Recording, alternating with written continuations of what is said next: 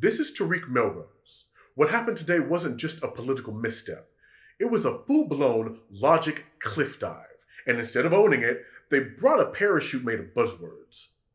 I brought a rewind button and a bit of perspective. Subscribe if you're ready for facts that don't flinch and commentary that doesn't condescend. The show's not over. Let's keep watching. Trump's DHS wants to gut FEMA, dodge disaster aid, and twist due process into a political weapon. America can't afford this chaos. Stay tuned, because in this video, we're exposing how the GOP's reckless agenda endangers disaster response and undermines the Constitution. My commitment to be inside my 5 minutes, I will now yield to the ranking member for his 5 minutes. Thank you very much, Mr. Chairman. The Department of Homeland Security has been the top target on Donald Trump's revenge tour, and you, Madam Secretary, are the chief accomplice. The Trump administration is hell-bent on destroying the Department of Homeland Security, built through bipartisan collaboration over the past 2 decades and evading any accountability for its actions. Let's start with what the administration is doing to FEMA. Madam Secretary, you said that you want to get rid of FEMA, and the administration plan is to shirk its disaster response obligation and leave state and local governments to fend for themselves. Emergency managers across the country are sounding the alarm about the limited ability to respond when disasters strike, but their calls are falling on deaf ears from the White House. What is the administration's plan to respond to catastrophic disasters beyond shifting responsibilities to states and local communities who are already telling you they don't have the ability to respond? Well, Congressman, President Trump has been very clear that he believes that FEMA should be eliminated as it exists today. He believes there's dramatic reforms that need to happen to the agency in order for it to truly serve people in a time of crisis. He wants to empower states and local governments to respond to their people. The federal government would be there for resources, support, much like block grants, but that we need to empower those locally to respond to their people because they know what they need.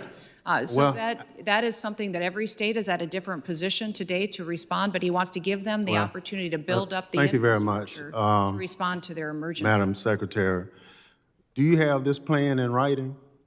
The White House is coming forward with the participation of the FEMA Review Council, which we have members from many states that are sitting on that will be making recommendations. So what you're doing now, there's nothing in writing as a guidepost?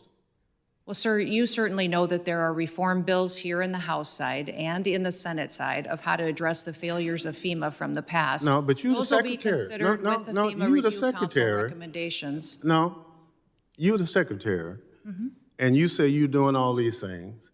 And I'm just asking you, do you have a written plan for what you're doing? There is no formalized final plan for how this goes forward because the input of Congress is critically important. As you know, there are statutory requirements of the agency. Well, I'm glad you recognize, that needs to be Madam Secretary, I'm glad you recognize the statutory requirements.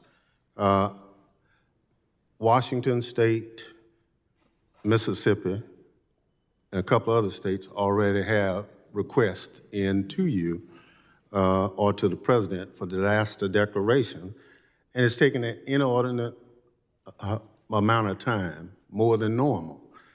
I just want to know, is that inordinate amount of time is based on some plan that you have knowledge of? But if it's not in writing, I understand. So you talked about the rule of law. Are you telling the committee that due process for anybody that's picked up in this country should not be followed?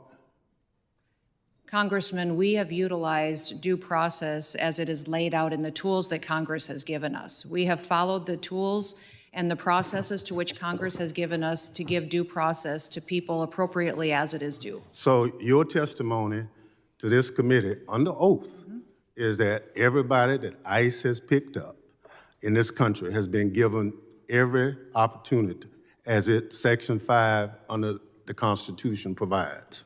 Correct. I believe everybody has gotten due process, and every person has been treated appropriately according to the civil or the criminal action to which they were encountering individuals and brought into our detainment and then also removed from this country. So your answer is yes. The tools that you have given us No, as this I'm body talking about for the due process Constitution of have the been United implemented. States. I'm not talking about tools.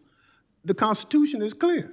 Correct. And your testimony under oath to this committee is that everybody that ICE has picked up and any other agency of DHS has conformed to those statutes. for example, Congressman, No, yes or no? No, I don't need an expedited example. removal is one of the Madam tools Secretary, that you have I given got us to 4 utilize seconds. as due process. I just need a yes or no.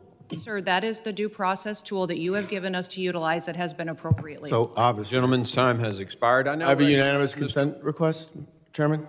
I'm sorry? I have a unanimous consent request. What we just watched was not some mild policy disagreement or harmless partisan back and forth. This was a full-on dismantling of a Trump-era DHS official's credibility and a devastating indictment of how the Republican Party under Trump has twisted the executive branch into a tool for corruption, fear, and authoritarian control. Congressman Ramirez didn't just ask tough questions. He walked the secretary step by step through the basic constitutional framework of our democracy, the judiciary, Congress, and the executive branch as co-equal branches of government. These aren't trick questions. They're Civics 101. Yet, in true Trump Republican fashion, the answers came with hedges, dodges, and an alarming inability to give a straight yes or no when it actually mattered. First, Ramirez made the secretary acknowledge, on the record, that the judiciary is a co-equal branch and that its rulings must be honored. Fine, easy enough. Then came Congress. Same question, is Congress a co-equal branch? Does Article 1 give it the power of the purse? Again, a reluctant yes. But here's where the mask starts to slip. When pressed on whether the executive branch has the power to disregard congressional appropriations and repurpose those funds unilaterally, the secretary insists we are not doing that.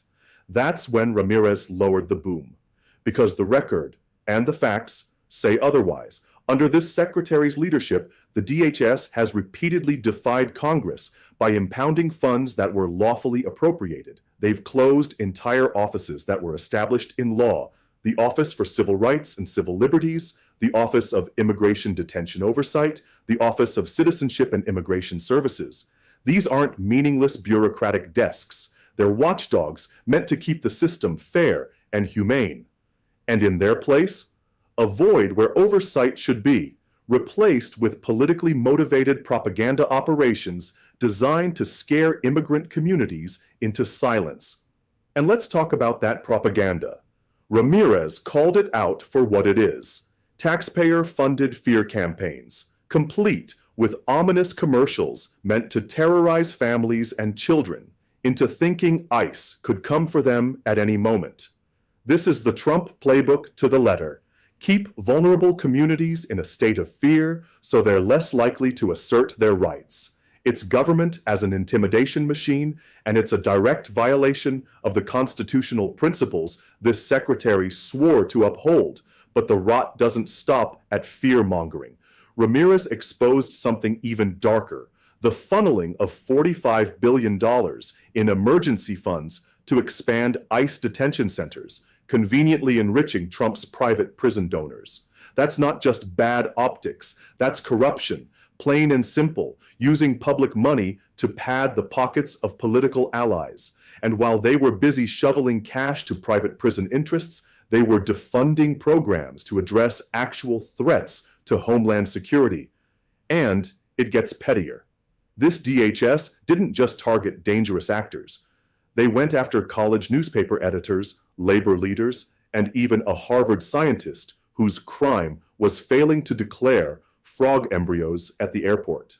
That's where the priorities are under Trump-aligned leadership: chase headlines, punish dissent, and ignore the real work of keeping Americans safe. By the time Ramirez got to his final point, the picture was crystal clear. In just 116 days, this secretary has managed to profile and dehumanize neighbors, betray the constitutional guarantee of due process, deport U.S. citizens, undermine the courts, break the law, engage in corruption, and weaponize the immigration system as a political bludgeon. That's not leadership. That's a direct assault on democracy itself. And Ramirez didn't mince words. He demanded the secretary's immediate resignation, putting it squarely on the record.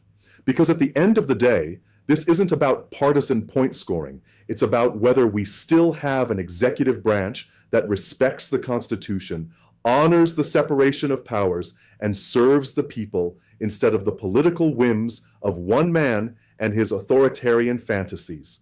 Let's be absolutely clear here. What Ramirez described is exactly what happens when Trump Republicans run the executive branch. Congress becomes an inconvenience to be circumvented. The courts become a nuisance to be defied. The press becomes an enemy to be discredited. And the machinery of government, from ICE to DHS, becomes a weapon to crush political opponents and terrorize vulnerable communities. This isn't hyperbole. It's not theory. It's on the record. And if you think this kind of power abuse stops at immigration policy, you haven't been paying attention. Once you normalize this behavior in one area, it bleeds into everything. Voting rights, reproductive freedom, LGBTQ protections, even the independence of the press. If the executive branch can ignore Congress and cherry-pick which laws to follow, then democracy itself is on life support. And here's the part that should scare every American. None of this is an accident. The Trump GOP doesn't want a co-equal Congress. They don't want an independent judiciary. They want a presidency that functions like a monarchy, with loyalty to the leader, not the Constitution, as the highest political virtue. The secretary's dodges and half answers aren't about confusion. They're about keeping that door open for the next round of abuses. Democrats like Ramirez are doing the work, using oversight, shining light on corruption, and forcing these officials to account for their actions in public. But that's not enough on its own. It's on all of us to recognize what's at stake, stay informed, and hold this kind of authoritarian power grab accountable at the ballot box. Because if there's one thing the last few years have made clear, it's this. Trumpism isn't a temporary political trend. It's an active threat to the foundational principles of the United States. And the only way to stop it is to make sure those who abuse power are removed from office and replaced with leaders who actually believe in and will fight for democracy, equality, and justice for all. This has been Tarek Melrose Vlogs, where we cut through the spin, call out the hypocrisy, and defend the core values that make this country worth fighting for. If you're tired of watching Trump's allies turn government into their personal power club, hit that like button, share this video, and subscribe so we can keep holding them accountable, because democracy doesn't defend itself. We have to do it together.